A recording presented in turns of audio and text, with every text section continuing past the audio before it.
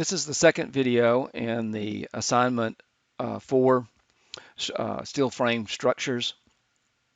And we're going to begin here just kind of going with an overview of what it is we're going to be modeling. Here you can see the foundation for the building that we talked about in the first video.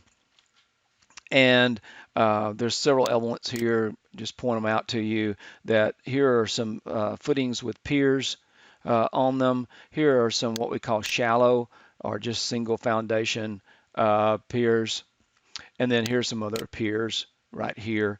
And then of course here's the slab right here that's sitting on top of then a series of what we call grade beams, those beams that connect the footings to kind of create a consolidated foundation.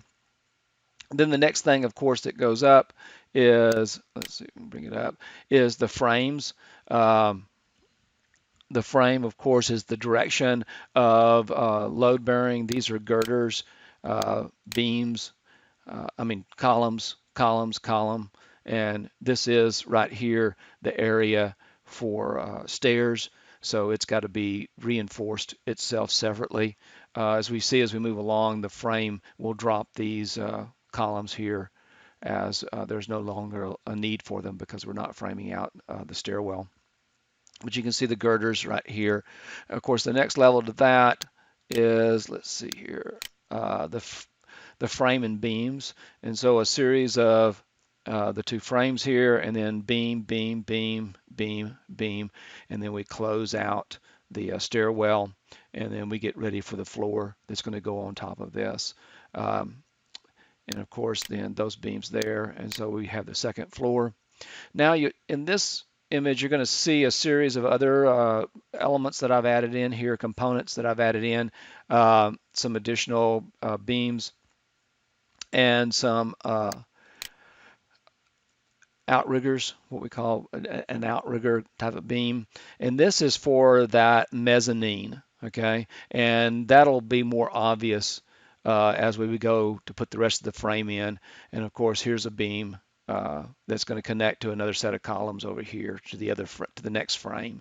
The same thing with this beam right here. It's going to connect to the next frame over here. And then of course, then from this platform, we're just going to go up, up and up and up.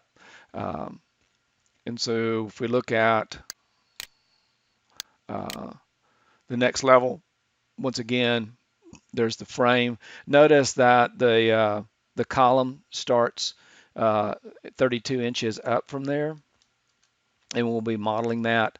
And then the next is, of course, then the third floor. And so this is the third floor framing and the roof right here, the roof framing, and then of course the the third floor slab. And then the last element that we would of course add to that would then be the slab itself. I'm sorry, the decking for the roof.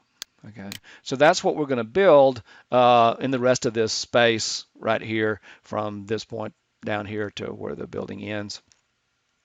So let's get started. This is on foundation, so the first thing we're going to do is lay down some foundation elements. And so let's do that. So the best view to do that is from, since this is going to be in a structural plan, and then you'll notice right here I've added a top of footing. Okay, let's go into this section right here so that I can show you. So we have several conditions here.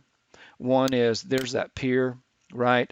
And then there's a slab on grade that's, if I can get a hold of it here, that's at the first finished floor, right?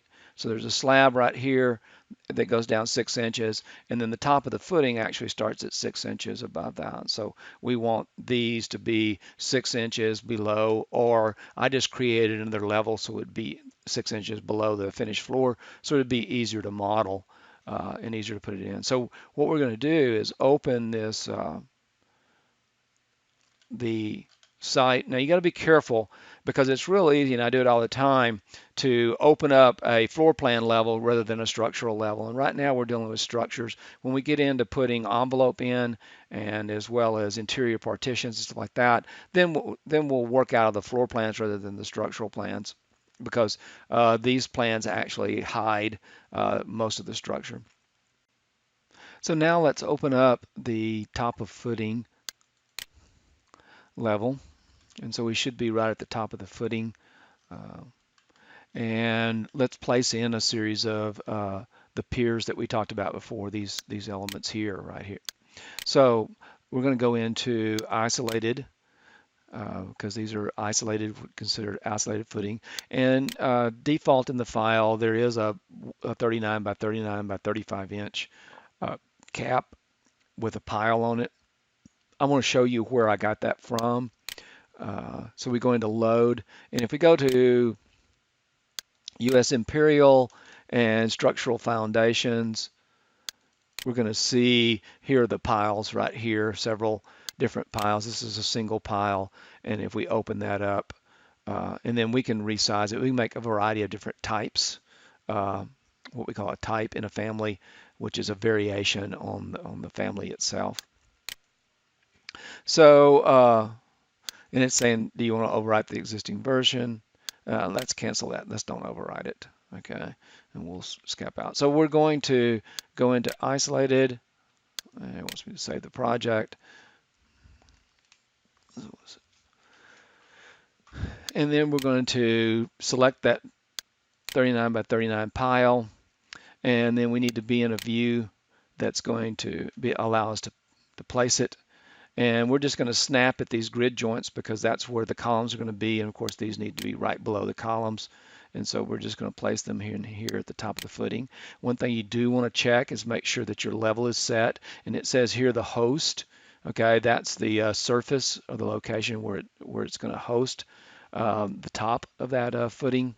So make sure you have that piling, and then make sure there's not an offset in this case because we want it right at that level. So I'm going to place those in there at all the critical points right here on the major frame of the building. And then I'm going to hit escape key a couple of times and get out. And now we have a stairwell down here where we need, once again, some spread footings or isolated shallow footings. So I'm going to click on structure, isolated again, and we're going to go in here, and you can see a series of regular footings. In the original, it only had these three here, but I wanted it to be 36 inches by 36 inches by 12 inches.